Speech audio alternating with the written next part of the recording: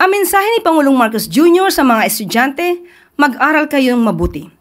At para matuon ang mga bata ang kanilang pag-iisip sa pag-aaral, minabuti ng Pangulo na pagaanin ang gastos sa pagbabalik eskwela.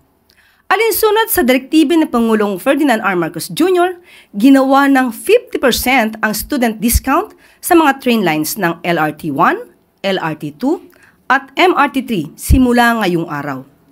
Ito'y bunga ng coordination sa pagitan ng DOTR, LRTA, LRMC at MRT3.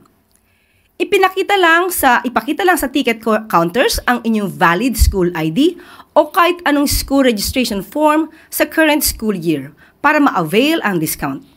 Pwede ring ma-avail ng discounted tickets ang mga estudyanteng kumukuha ng postgraduate studies. Nagpapaalala po ang DOTR sa mga estudyante na valid lamang ang discount sa single journey tickets at hindi sa beep cards o stored value tickets.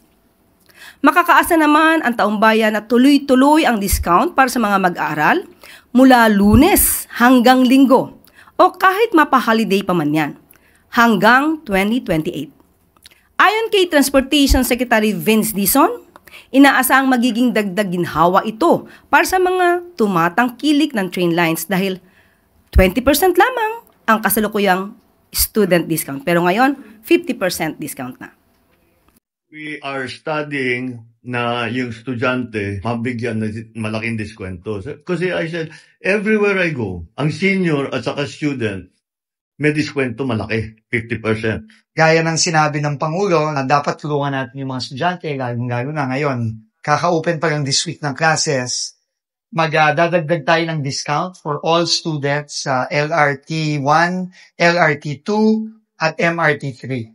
At yung dating 20% discount lang sa mga estudyante ay inutos ng Pangulo na gawin natin 50%.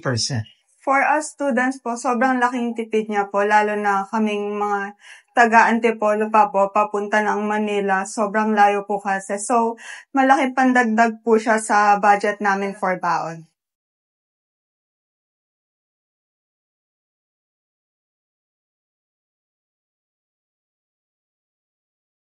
Good afternoon. I-follow up ko lang doon sa 50% na discount sa mga estudyante. Kasama po ba dito yung mga senior citizen, Yusek? Inaaral pa po yan. As much as possible, kung pwede nga pong ilibre lahat, yun ang gusto ng Pangulo. Pero aaralin po yan at hindi naman po natin agad-agad maibibigay or kakayani maibigay. Inaaral po ngayon yan sa kasalukuyan.